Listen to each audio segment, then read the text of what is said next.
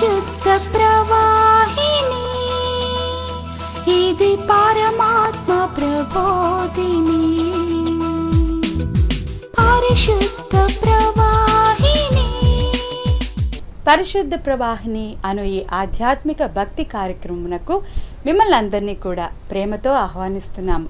రండి, ఈ కార్యక్రమము చూసి దైవ ఆశీర్వాదాలు పొందాం.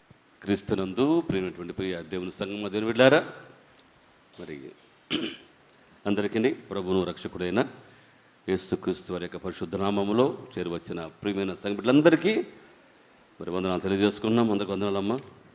కష్టం లేని కుటుంబము, ఇబ్బంది లేని కుటుంబం ఏది కూడా ఉండదు ప్రపంచంలో కదమ్మా. అందరికీ ఏదో ఒక సమస్యలు ఉంటుంటాయి. అది మానవులుగా ఇహలోకానుసారముగా మనం కొన్ని క్రియేట్ చేసుకునే ఉంటవి, దేవుని నామం మహిమపరచడానికి కూడా కొన్ని జరుగుతాయి. అవునా? కుంటివాడు తల్లి ఆడు ఉన్నప్పుడు ఎందుకు కలిగిందయ్యా అంటే, ఈ పాపం ఇది చేశాడా తల్లిదండ్రులు చేశాడా అంటే ఏమన్నాడు యేసు చెప్పండి? ఎవరు చేయలేదు కదా, పరలోకమందున్న తండ్రి మహిమపరచడానికి కదా.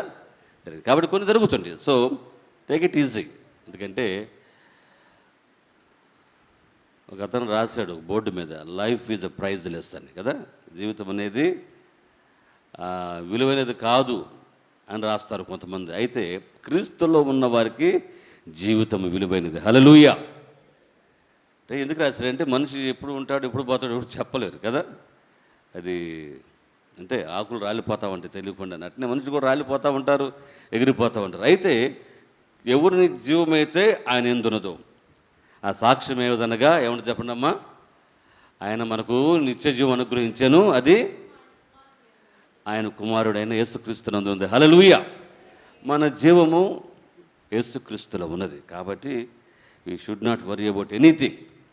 ప్రతి విషయంలోనూ దేవునికి మనకు కృతజ్ఞతాస్తుతులు మనం చెల్లించిన వారమై ఉన్నాం, బద్ధులమై ఉన్నాం. కాబట్టి దేవుని సన్నిధిలో ఉన్నప్పుడు అందరూ కూడా సంతోషంగా ఉండాలి.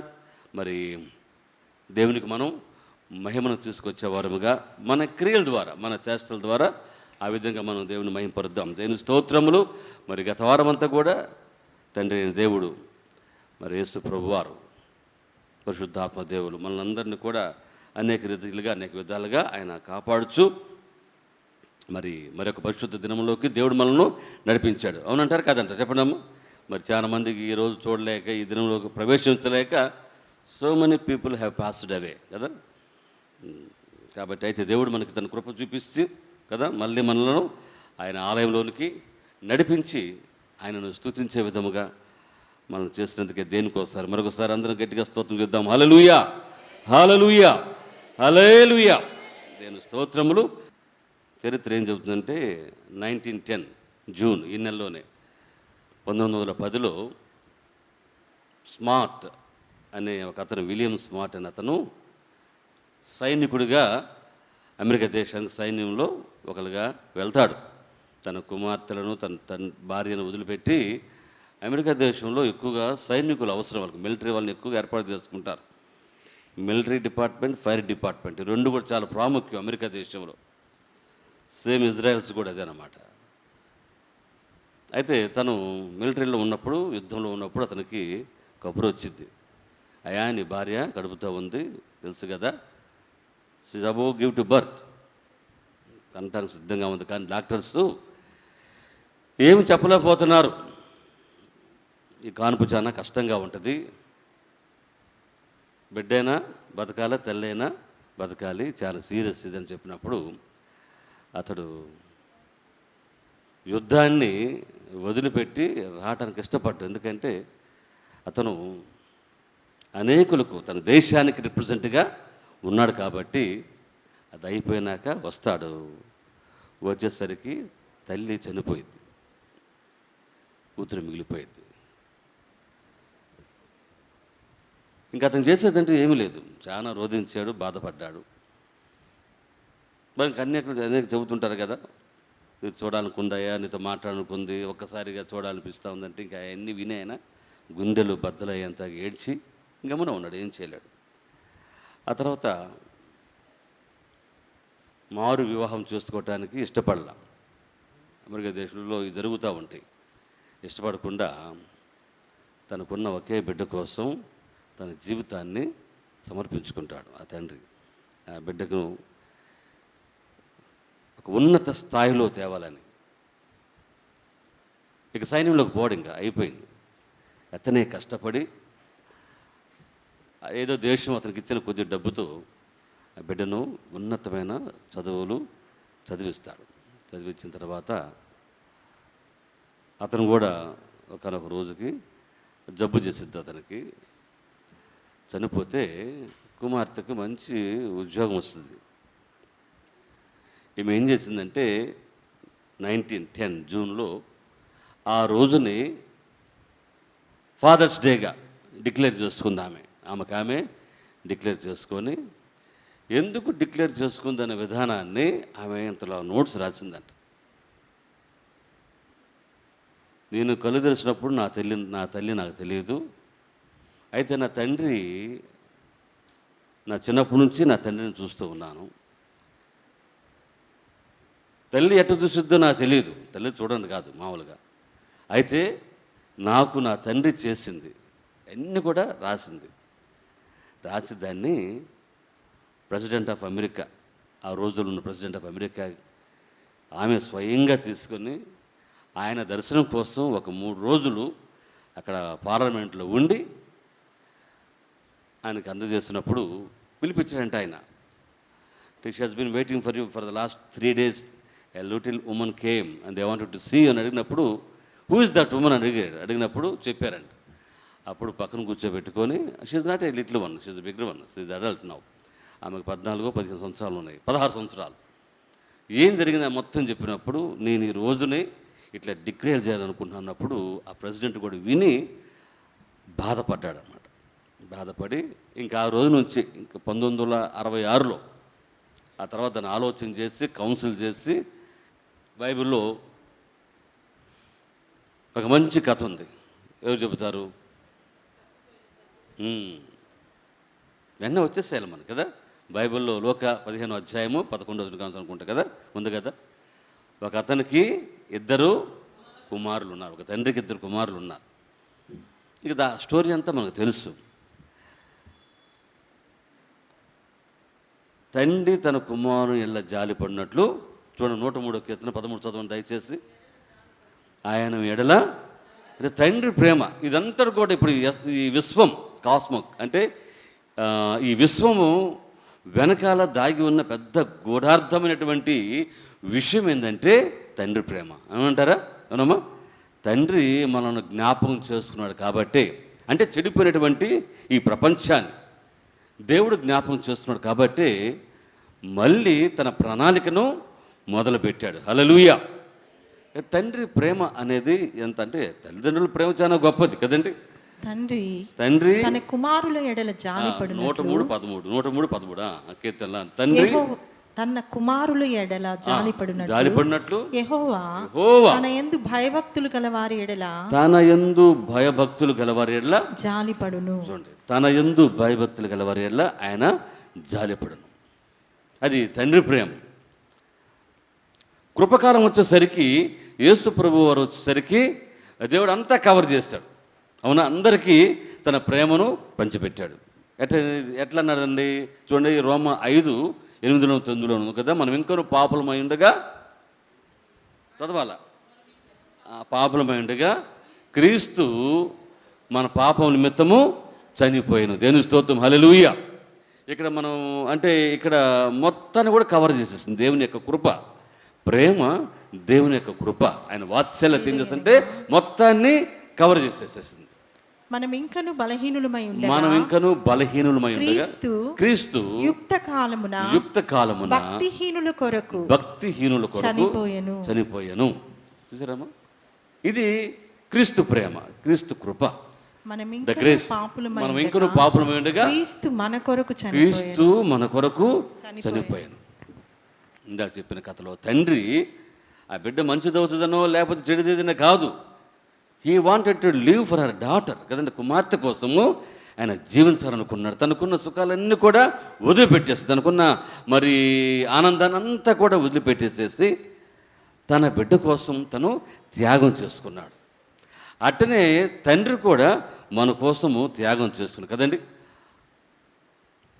ఒక మాట ఉంది కదా బైబిల్లో, చూడమ్మ, కొలసలు రాసిన పత్రికలో 2వ అధ్యాయం 7 వచ్చిన ఒక మాట ఉంటుంది కదా, ఆయనకున్న గ్లోరీ అంతా కూడా దేవుడు వదిలిపెట్టుకోలేని భాగ్యముగా ఎంచుకోలేదు, కానీ ఏం చేశాడంటే తన్ను తాను రిక్తునిగా చేసుకున్నాడు. బైబిల్లో ఉంది, ఆలోచించండి ఒకసారి. ఫిలిపియన్స్ ఆ, ఆయన దేవుని స్వరూపము కలిగిన వాడయుండి, దేవుని స్వరూపము కలిగిన వాడయుండి దేవునితో సమానముగా ఉండుట విడిచిపెట్టకూడని భాగ్యమని ఎంచుకొనలేదు గాని మనుషుల పోలికగా పుట్టి దాసుని స్వరూపమును ధరించుకొని తన్ను తానే రిక్తునిగా చేసుకొనెను. ఎంత వదిలిపెట్టుకొని వచ్చాడు. మనం కొంచెం సమయం ఇవ్వడానికే మనకు ఒప్పదు కదండి.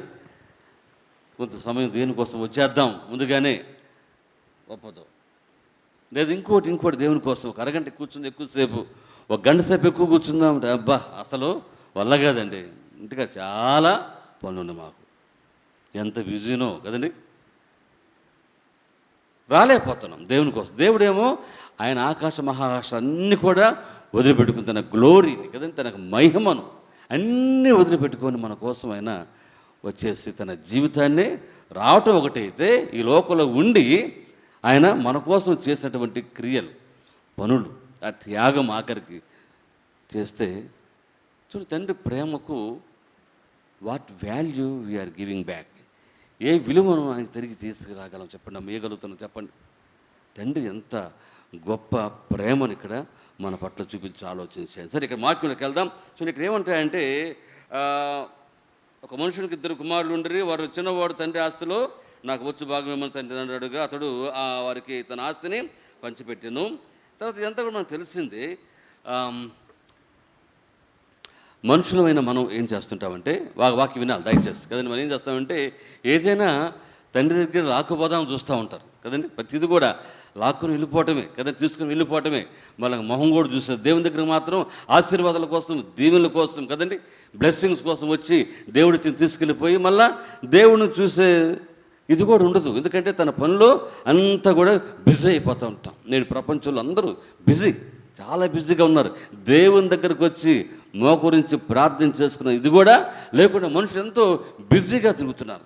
లేరంటారమ్మా ప్రపంచంలో? చూడండి, గమనించండి, ఎంతమంది బిజీగా తిరుగుతూ ఉన్నారు.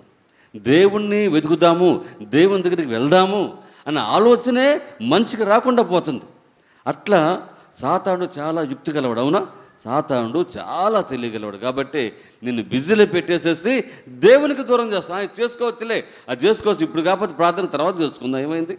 ఈ వారం కాకపోతే ఇంకో ఆదివారం గుడికి వెళ్దాం, ఏమైంది? దేవుడు అని అంటాడా? దేవుడు చాలా ప్రేమ గలవాడు కదా, దేవుడు చాలా జాలి గలవాడు కదా. మనుషులు దాటేస్తూ ఉంటారు. గమనించండి, నువ్వు ఎక్కువగా దీవించబడాలన్నా, ఎక్కువగా ఆశ్రితింపబడాలన్నా దేవునికి ఇచ్చే టైం ఉంది కదా, ఆ టైం నువ్వు ఖచ్చితంగా ఇచ్చినప్పుడే దేవుడు నిన్ను దీవిస్తాడు. దేవుని స్తోత్రం కలుగుగాక. హల్లెలూయా. దేవుని దీవించాలంటే the commitment that you have made with God you should be standard కదా. నువ్వు ఏదైతే దేవునితో కమిట్మెంట్ చేసుకున్నావో ఆ కమిట్మెంట్కి నువ్వు బద్ధుడివై జీవించాలి. ఇక్కడ ఈ కుమారుడు ఇంట్లో ఉంచి, అంటే దేవుని సందులో ఉంచి మనుషులు వెళ్ళిపోతుంటారు. కుమారుడు కూడా తనకు రావాల్సిన తీసుకొని వెళ్ళిపోయాడు. యాక్చువల్గా తనంటూ అక్కడ ఏమీ లేదు కదండి, తండ్రి సమకూర్చింది అదంతా కూడా. మన కోసం కూడా ఈ లోకంలో తండ్రి అయిన దేవుడు కుమారుడైన యేసు ప్రభు ద్వారా మనకు సమకూర్చాడు కదండి. ఆయన మనకి ఈ లోకమును ఇచ్చాడు, ఇవన్నీ కూడా చేశాడు. ఎందుకంటే దీని యందు మనం సంతోషించి ఆనందించినట్లుగా దేవుడు నువ్వు అడగకముందనే అమ్మా ఈ లోకాన్ని ఇచ్చాడు. ఇవ్వలేదా? నువ్వు కళ్ళు తెరవకముందే ఈ లోకంలో చెట్లు, చేమలు, సముద్రాలు, జనవనరులు కదండి, ఇవన్నీ కూడా పాడి పంటలు, వృక్షములు, పండ్లు, ఆహారము అంతా కూడా దేవుడు మన కోసం చేశాడే లేదా? నువ్వు అడిగావా ఏమన్నా? నాకు మంచి సూర్యుని ఏమని అడిగావా?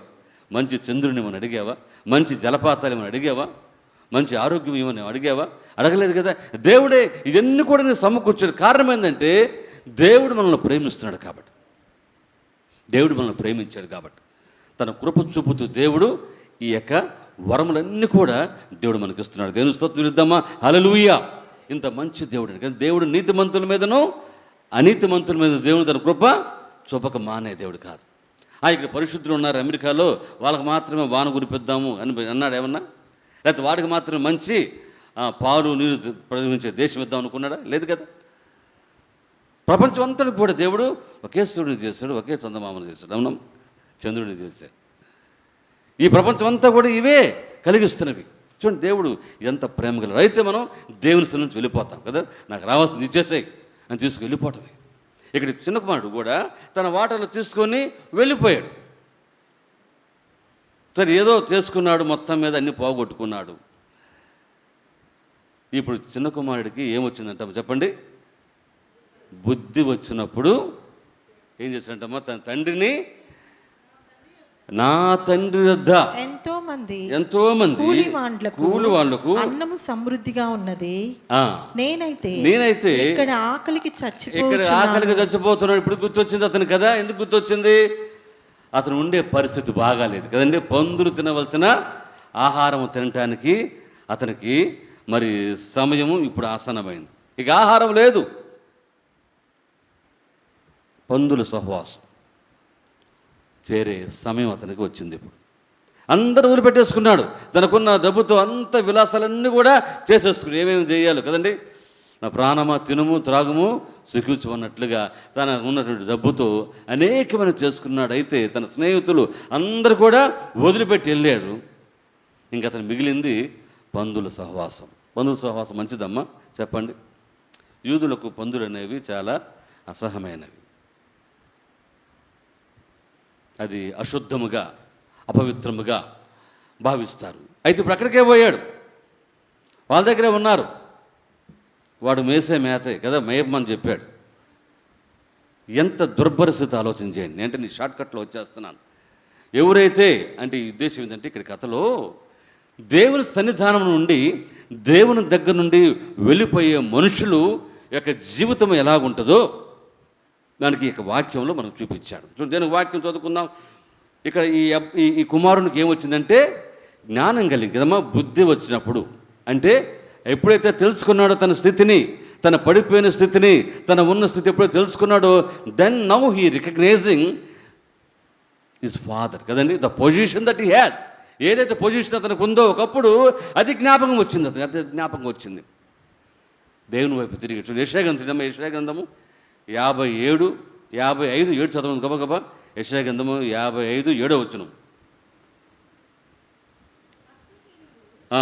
తమ మార్గమును విడవలెను, దుష్టులు తమ తలంపులను మానవలెను, వారు యెహోవా వైపు తిరిగిన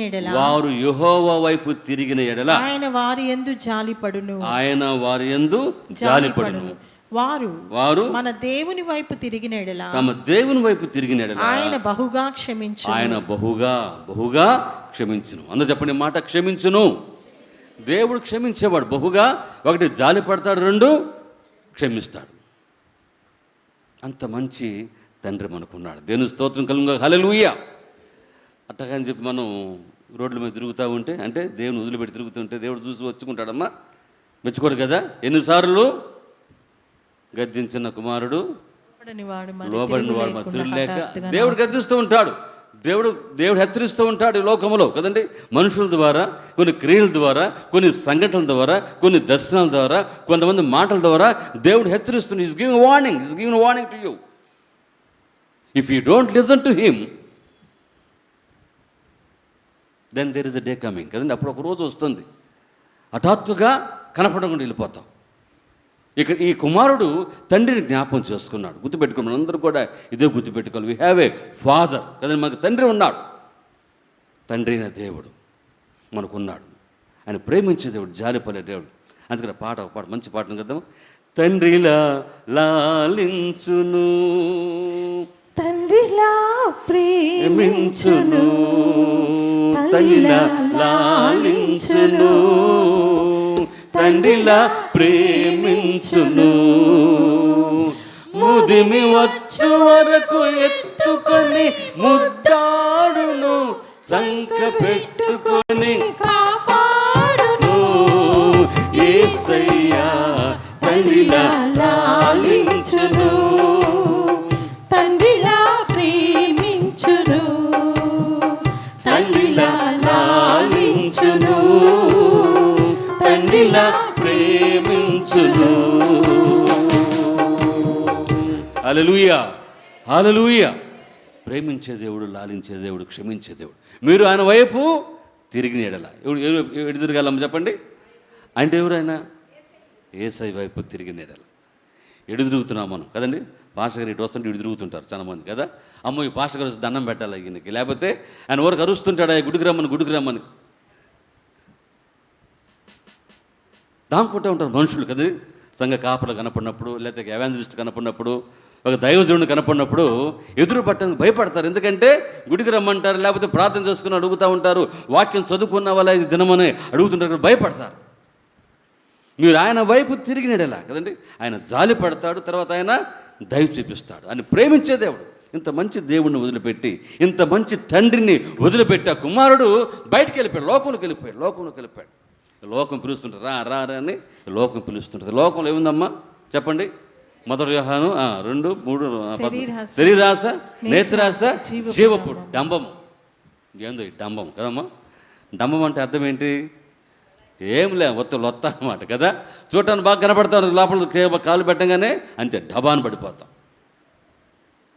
అయ్యేమంటారమ్మా ఎండమాములు కదా. నీళ్ళు నోట కనపడి దగ్గరికి పోగానే మాయమైపోతూ ఉంటాయి. అంటే లోకం అట్ట ఆకర్షిస్తూ ఉంటుంది. నేత్రాశ, శరీరాశ, జీవపు డంబం. దీంట్లో ఏముండదు.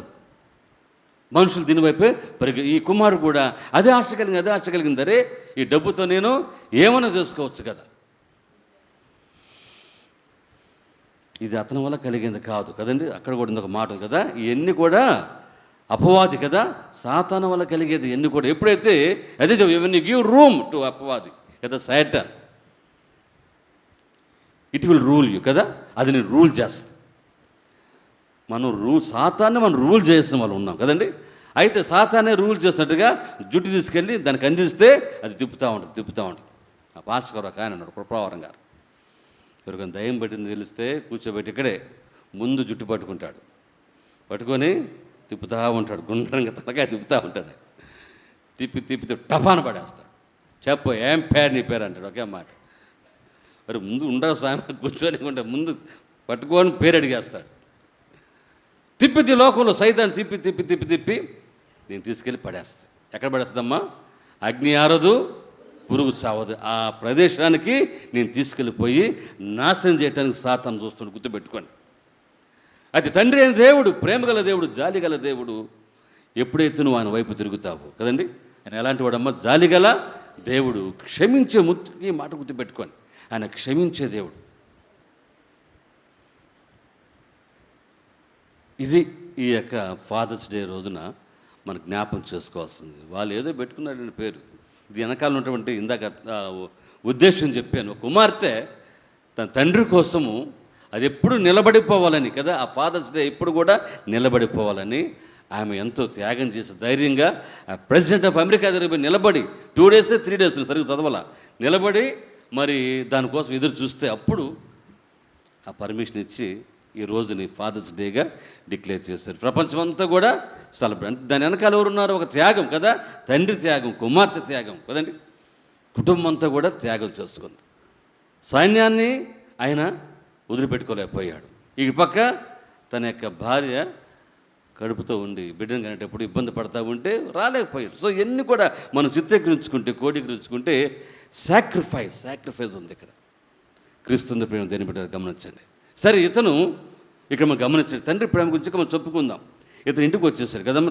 తెలుసుకున్న తర్వాత నా తండ్రి అంట అనేక మందికి బాగా ఫుడ్ ఉంది, బెడ్ ఉంది అయ్యా, నాకు ఇక్కడ ఏమి లేదు, అల్లాడుతున్నాను, పందులు తిన పట్టుకొని కూర్చొని మేత వేస్తున్నాను, నా స్థితి ఏంటి కదా. మా అబ్బాయి అనేవాడు తమ్ముడు విక్రాంత్, ఏంట్రా నా పరిస్థితి ఒక ఆయన అనుకున్నాడంట. ఇప్పుడు నా పరిస్థితి మనందరం కూడా కదా ఒకప్పుడు వెళ్ళిపోయిన వారమే.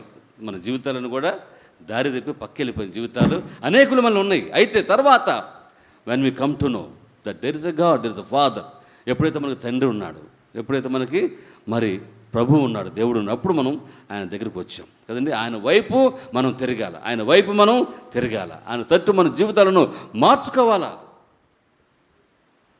ఎవరైనా రాజు ఉద్దేశించిన ఎడల నా యొద్దకే రావేను, కుడికి కానీ ఎడమ కానీ తిరగకూడదు, నేనే మార్గమును సత్యమును జీవమైనటువంటి తండ్రి, ఆయన వద్దకే మనం పోవాలి. లోకంలో మనం పరిగెత్తే పరుగు రకరకాలుగా ఉంటుంది కదా. క్రీస్తు ప్రేమ దేని బిడ్డలారా అనుకున్నాడు, లేచాడు. కుమారుడు లేచి తండ్రి దగ్గరికి వెళ్తూ ఉంటే తండ్రి ఏం చేస్తాడు చూడండమ్మా, చూడండి.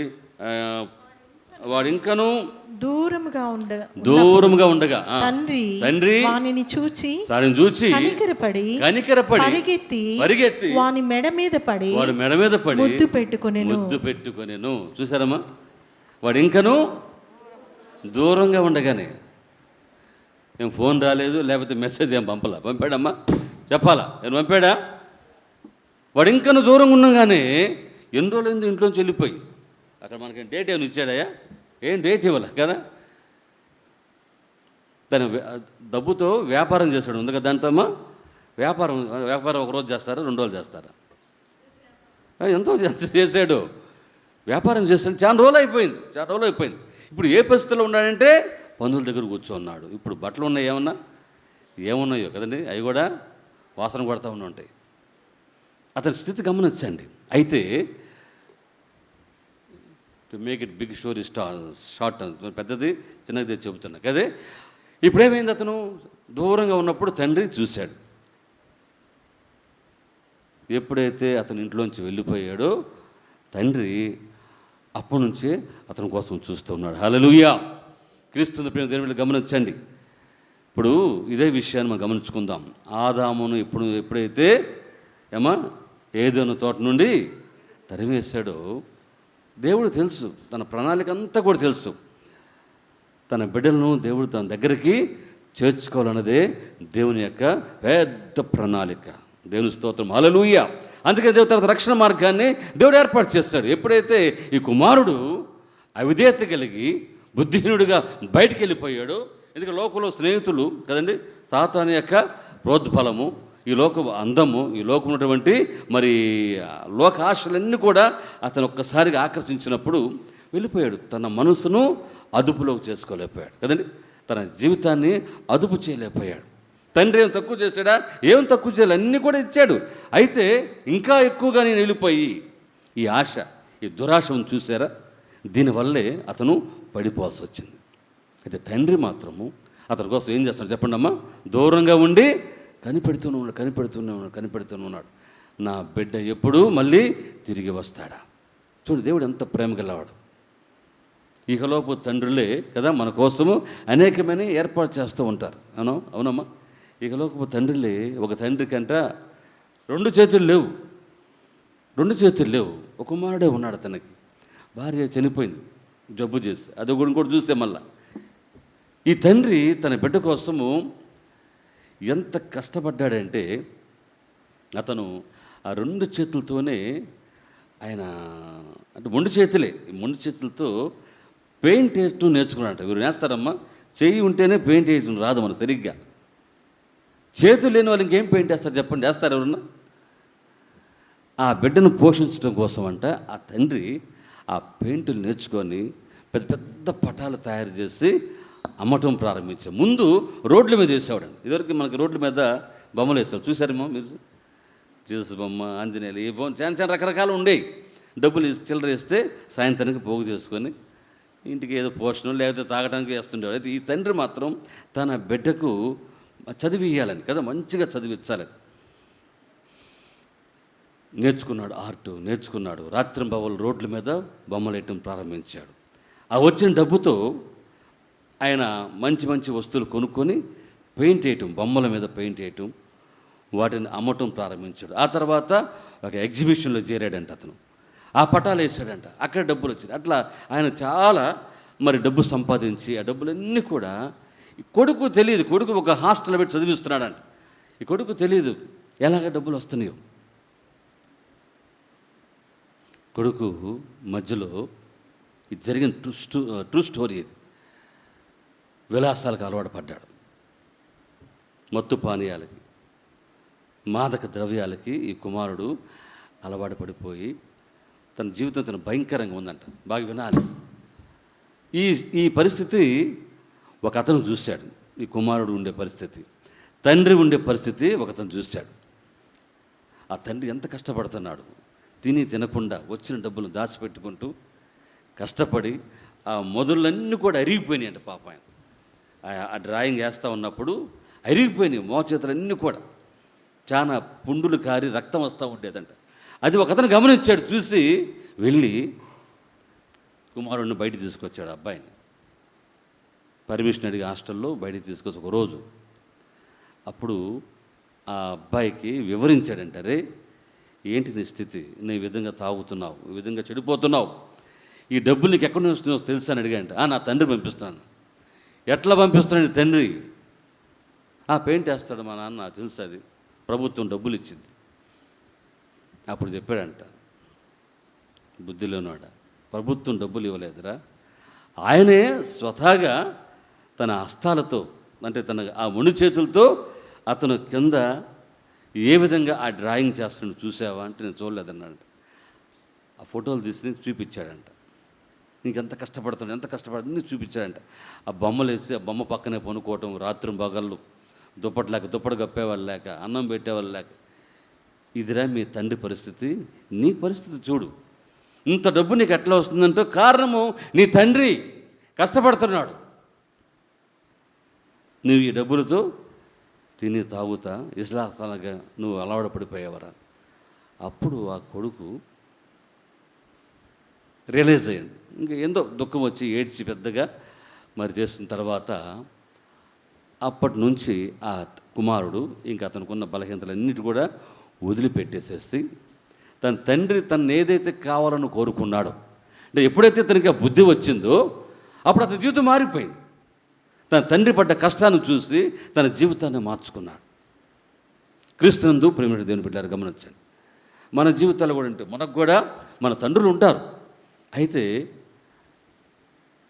పరలోకపు తండ్రి కదా, మన పరలోకపు తండ్రి ఆయన చూపించిన ప్రేమ ఎంత గొప్పదంటే ఈ ప్రపంచం కోసం, గమనించారమ్మా, ఈ ప్రపంచం కోసం ప్రపంచంలో ఉన్నటువంటి పాపులందరూ కూడా, మనుషులందరూ కూడా రక్షణ పొంది దేవుని యొక్క నిత్య నివాసమైనటువంటి ఆ పరమ యెరూషలేము చేరుకోవటం కోసం తన ప్రణాళిక ఏదైతే ఉందో అదంతా కూడా నెరవేర్చడం కోసం తనకు కానీ ఒక్క కుమారుని, అందుకే దేవుడు మాట ఉంది బైబిల్ కదండి, దేవుడు లోకమును ఎంతో చెప్పాలందరూ ఎంతో ప్రేమించిన కాగా ఆయన అద్వితీయ కుమారునిగా పుట్టినవాని యందు విశ్వాసం ఉంచు ప్రతివాడును నశింపక నిత్య జీవం పొందినట్లు ఆయన కుమారుని యేసు ప్రభువును అనుగ్రహించి దేవుని స్తోత్రం హల్లెలూయా. ఒక్కగానో కుమారుని ఈ లోకానికి ఇచ్చేస్తాడు. అయ్యా నీ బిడ్డను సేవకు పంపించు. నా బిడ్డను ఇప్పుడు పంపనండి, టైం ఉంది. ఇంకా చాలామంది బిడ్డలు ఇవ్వడానికి ఇష్టపడరు కదండి, సేవకు పంపించడానికి ఇష్టపడరు, ప్రార్థన పంపించడానికి ఇష్టపడరు, దేవుని పెంచడానికి ఇష్టపడరు. అంటే మనం ఇష్టంగా చాలామంది నా బిడ్డ బాగా చదువుకోవాలి, తప్పులే చదవాలి, మంచిగా చదవాలి, మంచి ఉద్యోగం సంపాదించుకోవాలి. చూడండి సామెతలు 20 చదవండి దయచేసి. సామెతలు 27 చదవండి. యథార్థవంతుడగు నీతిమంతుని పిల్లలు తదనంతరము ధన్యులగుదురు. దేవుని స్తోత్రం హల్లెలూయా. యథార్థవంతుని కదమ్మా, యథార్థవంతుడగు నీతిమంతుని పిల్లలు తదనంతరము ధన్యులగుతారు. ఆ విధంగా మనం పెంచాలి మన బిడ్డలను. మన తదనంతరం మన బిడ్డలు కూడా ధన్యులుగా ఉండాలి, నీతిమంతులుగా ఉండాలి కదా. దేవుడు మెచ్చుకునే బిడ్డలుగా లోకంలో అందరూ కదా, వాళ్ళు మెచ్చుకోవాలి, వీళ్ళు మెచ్చుకోవాలి, కానీ మనుషులు రకరకాలుగా తాపత్రపడుతుంటారు కదా. యాక్టర్ అవ్వాలి, డాక్టర్ అవ్వాలి, లేకపోతే ఇంకొకరు చూస్తుంటారు. కానీ తదనంతరము వాళ్ళు ఎట్టుండాలంటే మెచ్చుకునే వాళ్ళుగా, అంటే ధన్యులు అనబడే రీతిగా మన బిడ్డలు పెంచాలి. క్రీస్తు ప్రేమ బిడ్డలారా, సరే మనం గమనించినట్టయితే అతను ఇంట్లోకి రాగానే ఏం చేశాడు? మా తండ్రి దూరం నుండి చూశాడు కదా. తండ్రి దూరం నుండి చూశాడంటే is been waiting for his son to come back కదండి. మళ్ళీ అతను రావాలని తన తండ్రి ఎంత ఆశపడుతున్నాడు. దూరంగా ఉండగానే మురికి గుడ్డలు కదండి వేసుకొని ఉన్నాడు. మంచి వాసన వస్తుంటుందమ్మా, సెంటు వాసన చెప్పండి కదా. మురికి కంపు కొడతా ఉంటుంది. దొరికి ఇప్పుడు కాదండి, 40 years బ్యాక్, 30 years బ్యాక్. ఇప్పుడు ఈ రోడ్లు ఎన్ని లేవు కదా. ఆ చివరు ఉండేవాళ్ళు ఎవరు చెప్పండి? మన బుడే సెంటర్లో పిక్ కీపర్స్, అక్కడ ఉండే 5-6 ఇల్లు.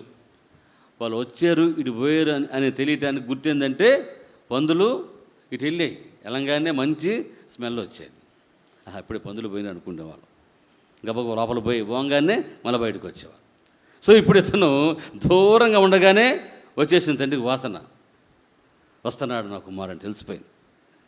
పరిగెత్తుకుంటూ పోయి ఏం చేశాడమ్మా చెప్పండి, అతన్ని ముద్దు పెట్టుకున్నాడు, మెడ మీద పడి ముద్దు పెట్టుకున్నాడు, కౌగులించుకున్నాడు.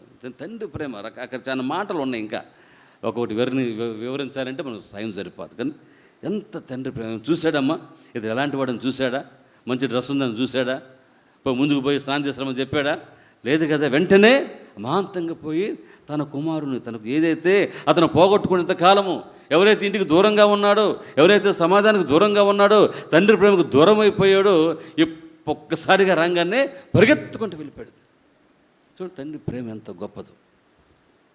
మన తండ్రి నేటికి కూడా చూస్తూ ఉన్నాడు, నా బిడ్డ మళ్ళీ తిరిగి వస్తాడు నా దగ్గరికి. అందుకని బైబిల్ ఒక మాట ఉంది కదా, ఏమని చెప్పండి, లూకాసు వార్తలు కదా, ఏంటంటే ఒక్క పాపి విషయమై కలుగు 99 మంది నీతిమంతుల కంటే ఒక్క పాప విషయం అటువలే మారు మనసు అక్కర్లేని మారు మనసు పొందు ఒక పాపి విషయమై దేవుని దూతల ఎదుట సంతోషము కలుగునని మాతో చెప్పుచున్నారు. సంతోషం, మారు మనసు అక్కర్లేని 99 మంది నీతిమంతుల విషయమై కలుగు సంతోషము కంటే మారు మనసు పొందు ఒక్క పాపి విషయమై మారు మనసు పొందు ఒక పాపి విషయమై పరలోకమందు సంతోషము కలుగును. పరలోకమందు ఎక్కువ సంతోషం ఏంటంటే ఇదే, దిస్ ఇస్ ద టైం. ఈ టైంనే దేవుడు చూస్తున్నాడు. ఆకాశం కనిపెడుతున్నాడు, ప్రతిరోజు కూడా భూమి మీద కనిపెడుతున్నాడు. ఎక్కడ ఎక్కడ ఎక్కడ అమ్మా మారు మనసు పొందుతున్నారు, నా యొద్దకు వస్తున్నారు. ఎక్కడ ఒక మనిషి బాప్తిసం పొందుతున్నాడు. దేవుడు దానికోసం ఈ లోకంలో, ఇంక లోకం చెత్త అనేకమైన ఉంటుంది కదా, అది కాదు దేవుడికి కావాల్సింది.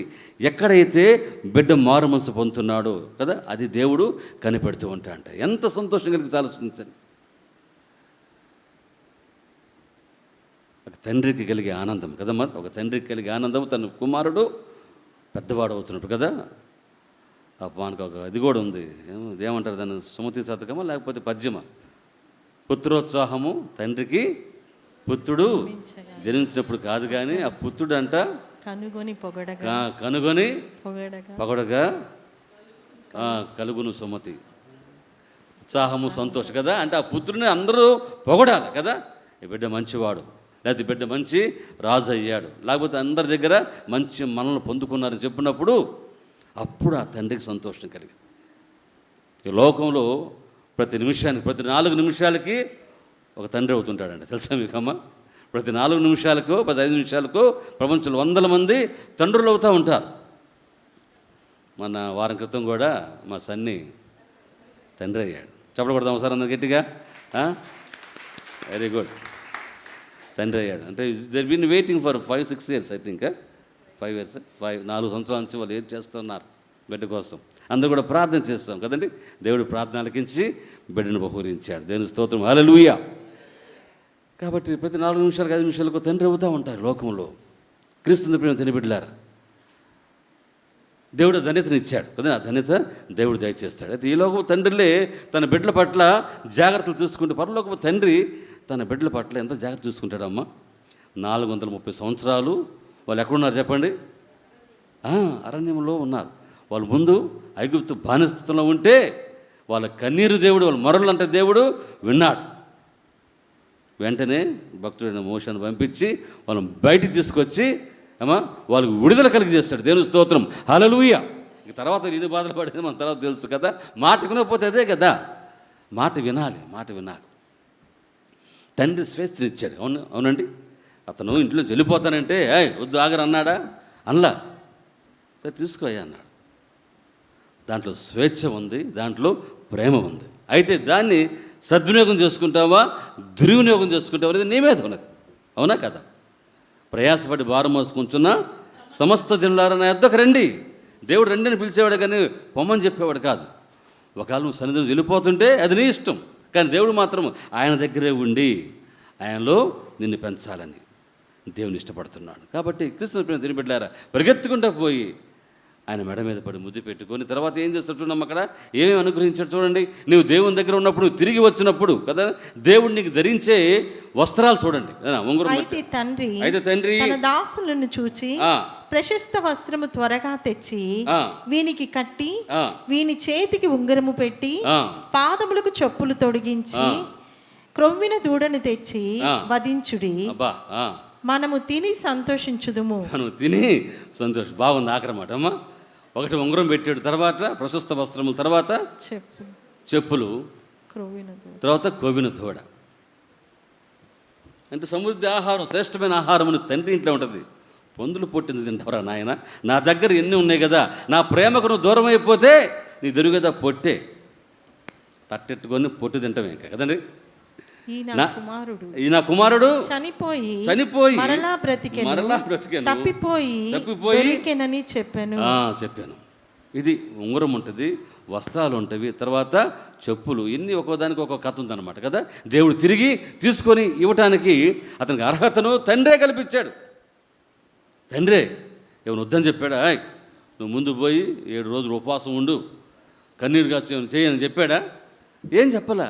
చూడు తండ్రి ప్రేమ ఎన్నిటిని కూడా మర్చిపోయింది. దేవుని స్తోత్రం, హల్లెలూయా. నువ్వు ఎంత పాపివో కదా, ఎంత దుర్మార్గతను, ఓకే నువ్వు చేసావు, అది నీ తప్పే. అయితే నేను వాటన్నిటిని కూడా క్షమించి వేస్తున్నాం. దేవుని స్తోత్రం, హల్లెలూయా. దేవుడు మన తప్పిదములను క్షమించి మన మీద ఉన్నటువంటి అపరాధములన్నీ కూడా ఆయన ఏం చేస్తాడంటే, ఎఫెసీలు మనం చూస్తున్నాం కదా, సిలువలో ఆయన వేలాడదీస్తాడు. ఎఫెసీ 2 ఏమని చెప్పి మొదటి వచ్చినాము, మీరు అపరాధముల చేతను పాపముల చేతను చచ్చిన వారే ఉండగా ఆయన మిమ్మును క్రీస్తుతో కూడా బ్రతికించిన. Hallelujah. That is the love of father. అది తండ్రి ప్రేమ. Once we are dead in our trespasses కదంటే, మన పాపంలో మనం చనిపోయి ఉంటే ఎవరు మనం పట్టించుకున్నారమ్మా? ఎవరు కూడా పట్టించుకోలేదు. తండ్రే పట్టించుకున్నాడు, ఆయన కలుగు చేసుకున్నాడు. క్రీస్తునందు ప్రియమైన దేవుని బిడ్డలు గమనించండి, నీ స్థితి ఏదైనా కూడా. అందుకే బైబిల్ మాట ఉంది 6:23 రోమా కదా, ఏ భేదము లేదు. 3:23 అందరు పాపం చేసి దేవుడు అనుగ్రహించిన మహిమను పొందలేకపోతున్నాం. అందరు పాపం చేస్తారు, చిన్నలు పెద్దలు మొత్తం కూడా, ప్రపంచం అంతా కూడా పాప కూబిలో ఉండిపోయింది. అయితే 6:23 ఒక మాట ఉంది కదా, ఏమన్నాడు? ఏలయనగా పాపం వలన వచ్చే జీతము మరణము, అయితే దేవుని కృపావరము ప్రభువైన యేసుక్రీస్తునందు నిత్యజీవము. అయితే బట్ దేర్ఫోర్, కాబట్టి అయితే అని గుర్తుపెట్టుకుందాం. అయితే దేవుడు ఏం చేస్తాడంటే వీటన్నిటిని కూడా తొలగించాడు. ఎవరి ద్వారా? తన కుమారుని లోకానికి పంపడం ద్వారా. అది దేవుడు చేస్తున్న పని. క్రీస్తునందు ప్రియ దేవుని బిడ్డలారా గమనించండి, మనం ఎంత గొప్ప వాళ్ళము, మనం ఎంత అర్హులము అని కాదు, కానీ దేవుడు మనకి ఎన్ని కూడా ఆయన ధరింపజేస్తాడు. జకరియా గ్రంథము 3వ అధ్యాయం, దయచేసి జకరియా 3 ఇదండి. జకరియా 3లో మనం చూసినట్లయితే మొదటి చదవం త్వరగా. ఇక్కడ కూడా ఒక అతను ఉన్నాడు, నేను పోలుస్తున్నానా. మరియు యెహోవా దూత ఎదుట ప్రధాన యాజకుడైన యెహోషువ నిలబడి ఉండుటయు, సాతాను ఫిర్యాది అయి అతని కుడి పార్శ్వమున నిలువబడుటయు అతడు నాకు కనపరిచెను. సాతాను యెహోవా నిన్ను గద్దించును, యెరూషలేమును కోరుకొను యెహోవా నిన్ను గద్దించును. ఇతడు అగ్నిలో నుండి తీసిన కొరివి వలె ఉన్నాడు కదా అని యెహోవా దూత సాతానుతో అనగా, నేను యెహోషువ మలిన వస్త్రములు ధరించిన వాడై దూత సముఖములో నిలబడి ఉండగా దూత దగ్గర నిలిచి ఉన్న వారిని పిలిచి ఇతని మైలు బట్టలు తీసివేయడని ఆజ్ఞాపించి, నేను నీ దోషము పరిహరించి ప్రశస్తమైన వస్త్రములతో నిన్ను అలంకరించుచున్నాను అని సెలవిచ్చాను. అతని తల మీద తెల్లని పాగా తల మీద తెల్లని పాగా ఉంది పెట్టుడని నేను మనవి చేయగా, వారు అతని తల మీద తెల్లని పాగా పెట్టి వస్త్రములతో అతన్ని అలంకరించిరి. యెహోవా దూత దగ్గర నిల్చుండెను. పాగా పెట్టిన తర్వాత చెప్పాలా, తెల్లని వస్త్రాలు ధరి. దేవుని స్తోత్రం, హల్లెలూయా. ఇతను మలిన వస్త్రాలే ఉన్నాయి, వస్త్రాలు కొంచెం మలినంగానే ఉన్నాయి. అయితే సాతాను ఫిర్యాదు చేస్తుంది, అబ్బాయి ఇదేందయ్యా, ఇక్కడ నీ సన్నిధి ఎందుకున్నాడు ఇతను, అబ్బాయి ఉండటానికి వీలు లేదు, ఇతను నా బిడ్డ, నేను తీసుకెళ్తానంటే అప్పుడు దేవుడు చెప్పాడు, అరోమాక సాతానా, నేను గద్దిస్తున్నాను. దేవుడు యెరూషలేమును కనికరించి కోరుకొను. ఇప్పుడు చూడు, అతను మలిన వస్త్రాలు తీసేసి ఏం చేశాడమ్మా, ఆ తలకి ఏం చుట్టాడంట, బాగా చుట్టాడు. తర్వాత వస్త్రాలు. దేవుడి దగ్గరికి వస్తే మార్చేస్తాడు దేవుడు. దేవుని స్తోత్రం, హల్లెలూయా. నీ పాత స్థితి పూర్వస్థితికి ఉండదు, అన్నీ మారిపోతాయి. తెల్లని తలపాగా జుట్టు పెట్టి, అంటే తలపాగా దేని గుర్తం చెప్పండి, చెప్పాలా, గౌరవానికి గుర్తు కదా. ఇతను యాజకుడు అయితే మలిన వస్త్రంతో ఉన్నాడంట, మురికి బట్టలతో, యాజకుడే. అందుకని సైతాన్ని ఫిర్యాదు చేస్తాడు. ఇప్పుడు కూడా ఈ తప్పిపోయిన కుమారుడు మురికి బట్టలు వేసుకొని అతని దుస్థితిలో ఉన్నాడు. దేవుడు దాని చూడలే. ఇది పాత కాలం అప్పుడు జరిగిన స్థితి. ఇప్పుడు కొత్త నిబంధనలో తండ్రి ఏం చేశాడంటే పరిగెత్తుకుంటూ పోయి ఆ మలిన వస్త్రైనా పర్వాలా, అక్కడేం చేశాడమ్మా చెప్పండి, ఆయన బట్టలు తీపిచ్చేసాడు. తర్వాత ప్రశస్త వస్త్రాలు, ఉంగరము, తర్వాత ఎన్ని పెట్టి ఇక్కడ ఈ లోకా సువార్తలు కదా, ఇతనికి ఉంగరం కూడా తొలగించి పాదాలకు చెప్పులు ఎన్ని పెట్టి ఎంత నీట్గా తయారు చేశారు. ముందు అతన్ని ఆహ్వానించుకున్నాడు, ఇంట్లోకి ఆహ్వానించుకున్నాడు. ఇది తండ్రి ప్రేమ. నేటికి కూడా దేవుడు ఇదే ప్రేమను చూపిస్తున్నాడు. ఇంకో వ్యక్తి కూడా బైబిల్లో ఉన్నాడు, అంటే ఆయన చేర్చుకునే రీతి ఎవరున్నా చెప్పండి. ఆది కాండము త్వరగా 41 అధ్యాయం చూడమ్మా, 42 చదవండి. ఇక ఒక అతనికి వెరీ గుడ్ చెప్పగానే వచ్చేసేయాలి. ఎవరమ్మా ఇక్కడ జోసెఫ్, యోసేపు చదవండి. ఫరో ఏమన్నాడు ఇక్కడ, మరియు ఫరో తన చేతినున్న తన ఉంగరము తీసి యోసేపు చేతిని పెట్టి సన్నపు నారబట్టలు అతనికి తొలగించి అతని మెడకు బంగారు గొలుసు వేసి, అబ్బా ఎంతలో గొలుసు అమ్మా, ఆడవాళ్ళందరూ చూసుకుంటారు, చెప్పండి. బంగారు గొలుసు వేసి తన రెండవ రథం మీద ఎక్కించెను. దేవుని స్తోత్రం, హల్లెలూయా. ఇక్కడేముంది, ఉంగరము, తర్వాత బంగారు మెడకి గొలుసు, తర్వాత రథం మీద ఎక్కించాడు. సన్నపు వస్త్రాలు ఏమైనా ఉన్నాయి అక్కడ, సన్నపు నార బట్టలు. మరి చదవరే, సన్నపు నార బట్టలు. ఇవన్నీ కూడా మనం కంపేర్ చేసుకోవాలి కదండి. ఇప్పుడు దీంట్లో బాగా నచ్చింది ఏంటంటే మెడలో గొలుసు, అంతేనమ్మా, అవునా. ఎంత హోదా ఇచ్చాడు యోసేపుకు. యోసేపు తక్కువ జాతి. ఇప్పుడు ఇతను యూదుడు కదండి, వీళ్ళు ఎవరంటే ఐగుప్తీయులు. ఆ యూదులు నన్ను ఇష్టపడరు కదమ్మా, వాళ్ళ దగ్గర వాసనే పనికిరాదు. వాళ్ళు గొర్రెలు కాసుకునే వాళ్ళు అంటారు, గొర్రెల వాసన పడదు వాళ్ళకి. అందుకని నేను తీసుకెళ్ళి ఏమని చెప్పాడంటే యాకోబుతో, మోషేతుని తీసుకెళ్ళి యోసేపుతో ఆ గోషం దగ్గర పెట్టాయి, ఆడన్న పోండి మీరు అన్న. అయితే ఇప్పుడు ఫరో నమ్మకంగా ఉన్నాడు కాబట్టి కదండి, నమ్మకంగా ఉన్నాడు యోసేపు, దేవునికి ఇష్టమైనవాడుగా జీవించాడు. ఇప్పుడు ఫరో అతని యందు ప్రేమ చూపిస్తున్నాడు. రాజదండం ఇచ్చాడు, అక్కడ ఇచ్చాడమ్మా, చూడండి. రాజదండం ఉందా లేదా, ఉంగరమును. అప్పుడు వందనములు చేయుడని అతని ముందర జనులు కేకలు వేసిరి. విన్నారు ఈ మాటలు. రెండవ రథం గుర్తుపెట్టి, మొదటి రథమేమో ఆయన వెళ్ళేది, రెండో రథం ఏంటంటే వేరే రాజులు వచ్చినప్పుడు, ఈ మాట బాగా గుర్తుపెట్టుకోవాలి. వేరే రాజులు ఈ రాజును చూడటానికి వచ్చినప్పుడు ఆ రాజు ఆ రథం ఎక్కుతాడు. అది దానికి ఉండే గౌరవం. దీని మీద ఊరేగింపు జరిగిద్ది. ఇప్పుడు మనకి ఎవరిని వస్తే ఏం చేస్తారు చెప్పండమ్మా, మన ఎలక్షన్ జరిగింది కదా, రథాలు ఎక్కి తిరిగేలా బాగా అందరూ, అవునా లేదా. అట్లా ఇతనికి ప్రత్యేకమైన ఒకటి ఉంటుంది ఈ ఫరోకి. ఎవరైనా రాజులు వచ్చినప్పుడు, పెద్దలు వచ్చినప్పుడు దాని మీద ఎక్కిస్తారు. లేదంటే ఇంకొకరు ఏం చెప్పారంటే కామెంటరీలో, ఇతను కుమారుడు, జ్యేష్ఠ కుమారుడైన అతను వానికి మాత్రమే ఆ యొక్క రథం దొరికిందంటే. దేవుని స్తోత్రం, హల్లెలూయా. అలాంటి స్థితిని యోసేపుకు వచ్చేసింది. దేవుని స్తోత్రం ఇద్దాం ఒకసారి, హల్లెలూయా, హల్లెలూయా. గోతులు వేయబడినటువంటి యోసేపుకి ఎక్కడుందమ్మా ఇప్పుడు చెప్పండి, రథం మీద ఎక్కి గవర్నర్ పొజిషన్ వచ్చేస్తుంది కదా, గవర్నర్ పొజిషన్. హల్లెలూయా. ఎంత ధన్యత గమనించండి. ఇది మనం వరకు నేను కంపారిజన్ చేస్తున్నా. ఈ కుమారుడికి ఇక్కడ మళ్ళా హోదా వచ్చేసింది, స్థితి వచ్చేసింది. ఎప్పుడైతే తన తండ్రిని జ్ఞాపకం చేసుకోవటం వల్ల, తండ్రి ఇంటికి తిరిగి వెళ్ళటం వల్ల, దేవుని సన్నిధికి మళ్ళీ నువ్వు రావటం వల్ల, దేవుని యొక్క ఈ యొక్క ఏమంటారమ్మా సమాజంలో నువ్వు ఉండటం వల్ల నీకుండే బెనిఫిట్స్ అన్నీ కూడా. దేవుని స్తోత్రం, హల్లెలూయా. నీ వాక్యాన్ని ముగిచేస్తా, చాలా చెప్పానుగా ఉన్నాయి కానీ నీ వాక్యం ముగిస్తున్నా. క్రీస్తుని ప్రేమ దేని బిడ్డలు గమనించండి. నువ్వు తండ్రిని ప్రేమను గుర్తెరిగితే, అదే చెప్తా, ఈ లోకపు తండ్రిలే మనకు అనేకమంది ఇవ్వాలని ఎంత ఆశపడుతుంటారు. మా నాన్న కూడా ఉద్యోగం చేస్తున్నప్పుడు మధ్యరాత్రులు వచ్చేవాడు.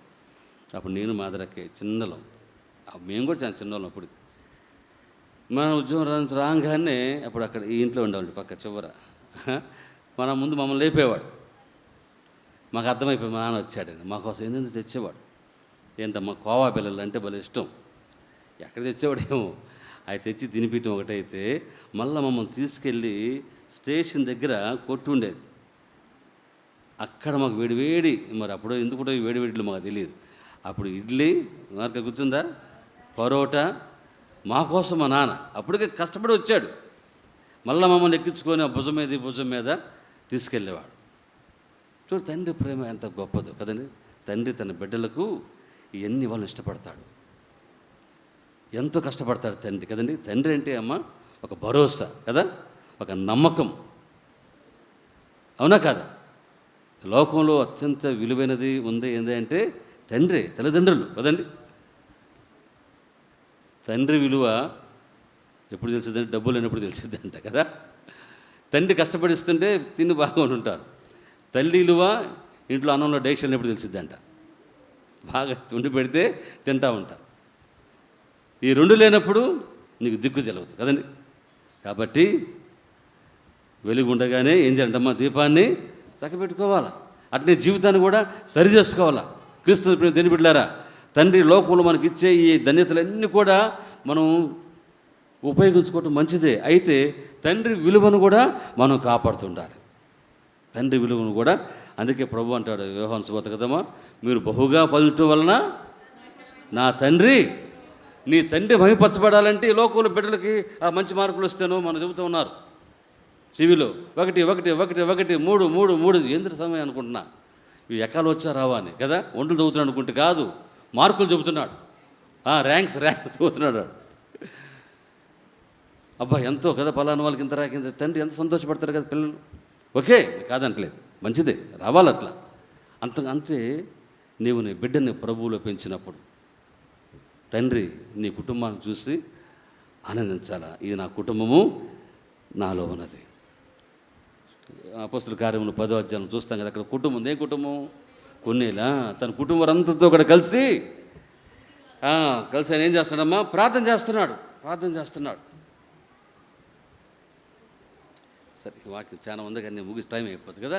ప్రార్థన చేస్తున్నాడు, దేవుడు సంతోషించాడు. అందుకనే అతను కావాల్సింది పంపించేస్తాడు పేతురు ద్వారా. దేవుని స్తోత్రం, హల్లెలూయా. నీకు కావాల్సిన దేవుడు పంపిస్తాడు. అయితే నీవు దేవునికి ఇష్టమైన కుటుంబంగా నువ్వు జీవించాలా. బిడ్డలు తండ్రికి తల్లికి కీర్తి తెచ్చేవాళ్ళ కనపడాలి. అదేవిధంగా తల్లిదండ్రులు బిడ్డలను ప్రేమించాలి. క్రీస్తు ప్రేమ దేని బిడ్డలు గమనించండి. ఈ లోకంలో మంచి స్నేహితులుగా, అదేవిధంగా మంచి భార్య కావాలని, మంచి స్నేహితులు కావాలని, మంచి ఇరుగు పొరుగు కావాలని కోరుకోవటంలో మనం తప్పు లేదు. అవన్నీ కూడా మనం కోరుకోవచ్చు. అయితే అందరినీ పిలవచ్చు కానీ తండ్రిని ఒక్కరినే పిలుస్తారు కదమ్మా. నాన్న అని ఒక్కరినే పిలగలరు. ఎవరిని పెడితే వాళ్ళని అమ్మ అని పిలుస్తూ ఉంటాం. అయితే నాన్న అని ఒక తండ్రిని మాత్రమే కదండి అనగలం. దేవుని స్తోత్రం, హల్లెలూయా. అలాగే లోకంలో నానా రకాలైనటువంటి దేవుళ్ళు దేవతలు ఉంటూ ఉంటారు, కానీ మనకు తండ్రి ఒక్కడే కదమ్మా. బైబిల్ ఉంది కదా, మనకు తండ్రి ఒక్కడే. ఈ లోకంలో దేవుళ్ళు దేవతలు అనబడేవాళ్ళు ఉండను, మనకి తండ్రి ఒక్కడే. అందరూ చెప్ప తండ్రి ఒక్కడే. మన తండ్రి ఒక్కడే ఉన్నాడు. ఆ మంచి తండ్రి మన కోసము ఎంతో ప్రణాళిక మన కోసం వేస్తున్నాడు. కాబట్టి ఆయన ప్రేమలో, ఆయన ప్రణాళికలో మనం ఉండాలని మనందరం కూడా కోరుకుందాం. చూడండి, కుమారుడికి తండ్రి ఏమేమి ఇచ్చాడు కదండి. ఉంగరం ఇచ్చాడు, తర్వాత వస్త్రాలు ఇచ్చాడు, తర్వాత ఉంగరాన్ని ఇచ్చాడు, తర్వాత చెప్పులు ఇచ్చాడు. అంత మాత్రం కాకుండా మంచి విందు చేస్తే, అంటే దాని అర్థం ఏంది? ఉంగరం అంటే అంగీకారం, వస్త్రాలు ఇవ్వడం అంటే గౌరవం కదమ్మా, చెప్పులు ఇష్టం అంటే సమాధానంగా ఉన్నాను ఆయన పట్ల, ఏం పర్వాలేదు వచ్చేస్తాయని. ఇక ఆఖరికి విందు చేసి సంతోషించాడు. దేవుడు కూడా నేను సంతోషిస్తే విందు చేస్తాడు కదమ్మా, అందరితో కూడా ఆయన సంతోషిస్తాడు. తండ్రి ప్రేమ ఎంతో గొప్పది. ఆ ప్రేమను ఎంతమంది మనం పొందుకుంటాము కదా, ఎంతమంది ఆ ప్రేమను పొందుకునే దేవుడైతే అందరికీ ఆహ్వానం పలుకుతున్నాడు. రాలేకపోతున్నారు, తండ్రి ప్రేమను పొందుకోవటానికి రాలేకపోతున్నారు. కాబట్టి దేని బిడ్డలారా, ఇంకా ఎవరైనా సరే తండ్రి సన్నిధికి దూరంగా ఉంటే తండ్రి పిలుస్తున్నాడు. ఆయన ఇంకను లోబడని పిల్లల వైపు చెప్పాలా, దినమెల్ల అయినా తండ్రి చేతులు చాచి గుర్తుపెట్టుకొని ఆయన గాయపడిన హస్తములు ఇంకా మన వైపు చూస్తూనే ఉన్నవి. అంత ప్రేమ కలిగినప్పుడు మన దేవుడు. కాబట్టి ఆయన దగ్గరికి వచ్చి ఎప్పుడైతే కుమారుడికి బుద్ధి వచ్చిందో కదా, జ్ఞాపం చేసుకున్న తండ్రిని, ఇప్పుడు మనం ఎవరిని జ్ఞాపం చేసుకుంటాం? ఆలోచన చేయండి.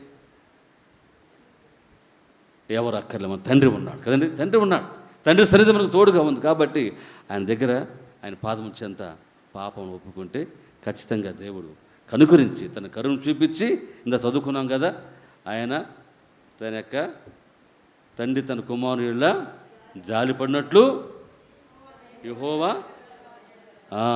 ఆయన జాలిపడచ్చు. ఈ మాట గుర్తుపెట్టుకుందాం. దేవుడు మన కట్టే కృప అనుకరించగా వాక్యాన్ని విని ఆత్మీయంగా మీరు ఎంతగానో బలపడి ఉన్నారని మేము నమ్ముతున్నాం. మీకు ఏదైనా ప్రార్థన అక్కర్లు ఉన్నట్లయితే తప్పకుండా మాకు తెలియచేయండి. మేము, మా కుటుంబము, సంఘము మీ అందరి కోసం ప్రార్థన చేస్తాం.